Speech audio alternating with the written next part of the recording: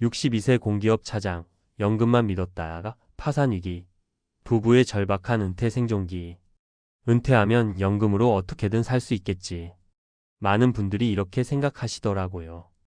특히 3040년을 한 직장에서 성실히 버텨낸 분들은 공무원도 아니고 내가 뭘 더 준비해야 해?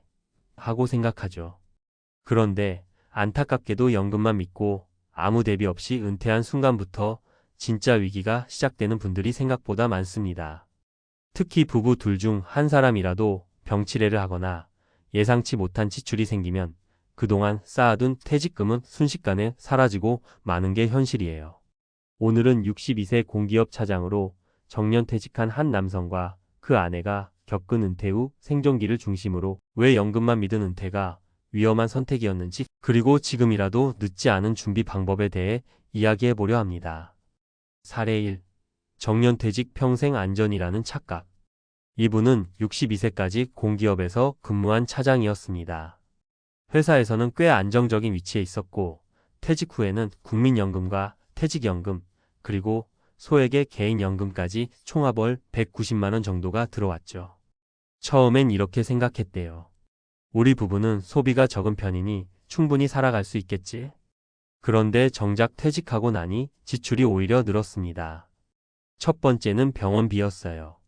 아내가 갑작스레 허리 디스크로 수술을 받게 되면서 400만 원 넘는 돈이 한 번에 빠져나갔고 꾸준한 재활치료에 매달 30만 원씩 고정 지출이 생겼습니다. 두 번째는 자녀 지원입니다.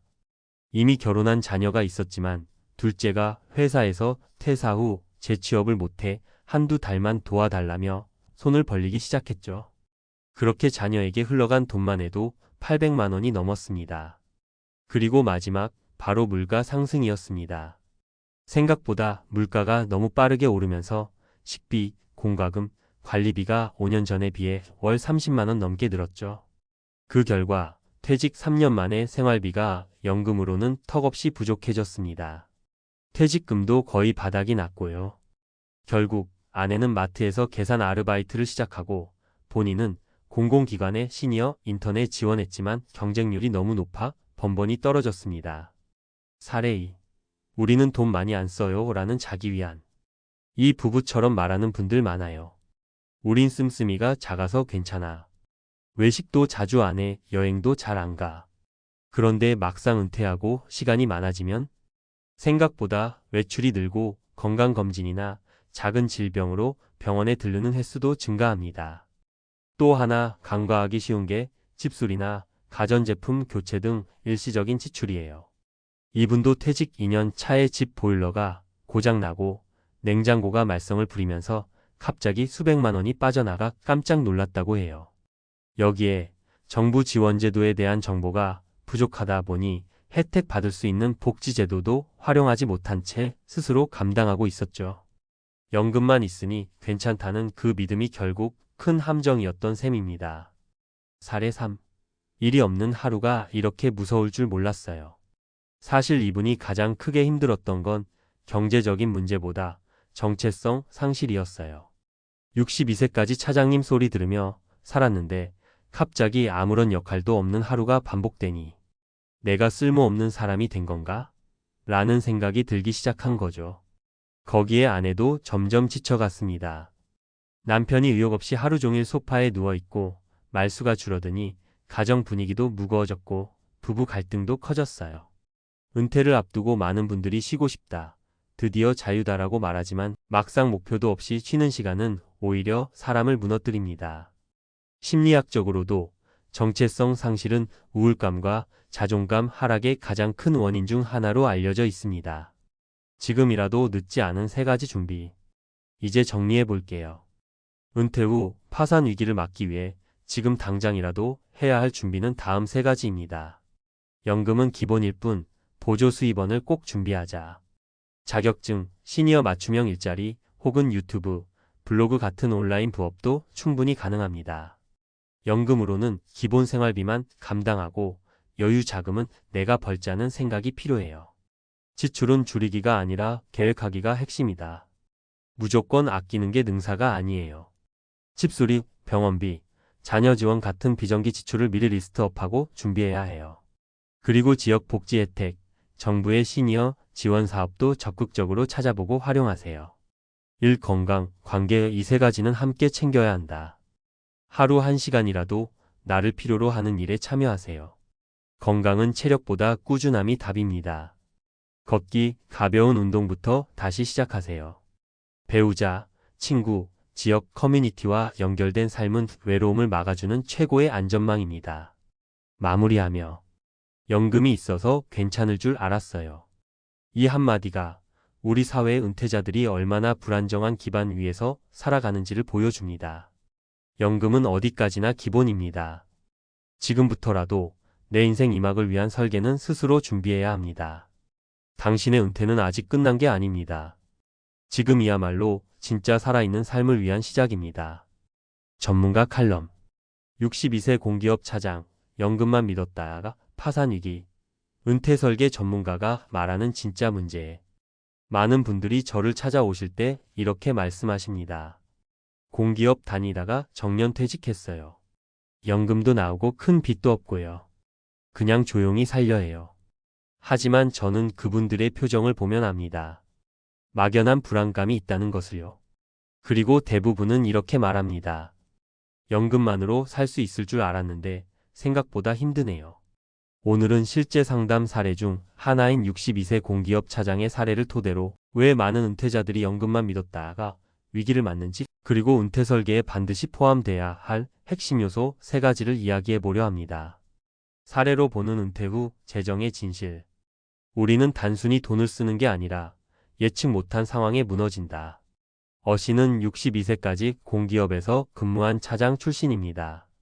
퇴직 후 그는 약 월 190만 원 국민연금 퇴직연금을 수령하고 있었습니다.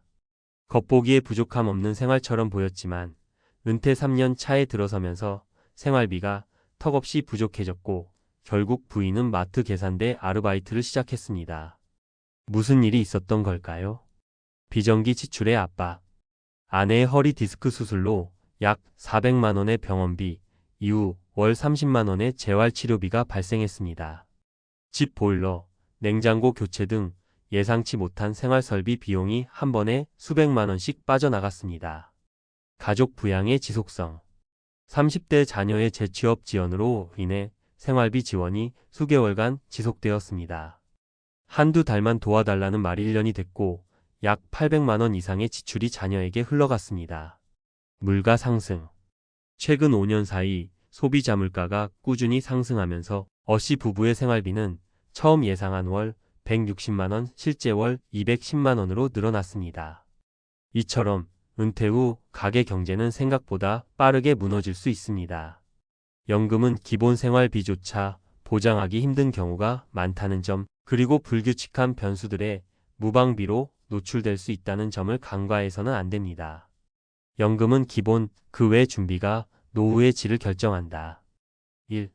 보조수 입원은 반드시 필요하다. 연금만으로 생활을 유지하는 것은 매우 제한적입니다. 한국보건사회연구원 자료에 따르면 은퇴 후 안정적인 노후 생활을 위한 월소득 기준은 약 260만 원으로 단독 연금으로 이 수치를 채우는 것은 현실적으로 불가능합니다. 따라서 은퇴 후에도 꾸준한 보조수 입원이 필요합니다. 예를 들어 시니어 맞춤형 일자리 지자체나 노인 일자리 사업 등을 통한 일자리 확보, 전문 자격 활용 바리스타, 사회복지사, 정리수납 전문가 등 5060대도 취득 가능한 자격 활용, 온라인 부업 유튜브, 블로그, 강의 콘텐츠 제작 등 플랫폼 기반의 재능 수익화. 2. 불규칙 지출에 대한 대비가 필수.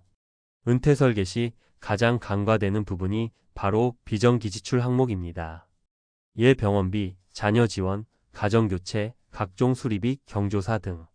이러한 지출은 연간 300만 원, 700만 원 이상이 될 수 있으며 연금 수입으로는 감당이 어렵습니다. 따라서 매년 예상되는 변동성 비용 항목을 미리 시뮬레이션하고 이를 커버할 수 있는 단기 유동성 자금연금 혹은 CMA, 적립식 펀드 등을 확보해 두는 것이 중요합니다. 3. 심리적 준비 정체성 회복을 위한 활동 설계. 은퇴 후 가장 많이 듣는 말 중 하나는 내가 더 이상 쓸모없는 사람처럼 느껴진다입니다. 경제적 문제 외에도 일하는 자아가 사라지며 우울감, 무기력감, 배우자와의 갈등 등이 커지는 경우가 많습니다. 이럴 때 필요한 것은 단순한 일이 아니라 의미 있는 역할을 만들어가는 일입니다. 예를 들어 주 2회 봉사활동, 마을 강사, 재능기부 활동, 작은 텃밭 가꾸기, 유튜브로 삶 기록하기, 동년배 커뮤니티 참여 및 사회적 연결 유지. 이러한 활동은 삶의 리듬과 책임감을 부여하며 우울감을 방지하는 데 탁월한 효과가 있습니다. 결론, 연금만 믿는 은퇴는 위험하다. 공기업 차장 출신의 연금도 있는데 왜 힘들어요?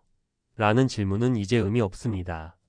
지금은 100세 시대에 은퇴 후 삶이 3040년 더 지속되는 시대입니다. 연금은 어디까지나 기본입니다. 그 위에 어떤 구조를 더하느냐에 따라 은퇴 후 삶의 질이 달라집니다. 부부가 함께 일할 수 있는 구조, 지출을 통제할 수 있는 시스템, 정신적 건강을 지켜줄 수 있는 활동. 이 세 가지가 진정한 은퇴 설계의 핵심입니다. 나도 퇴직 후 평범하게 살 수 있을까?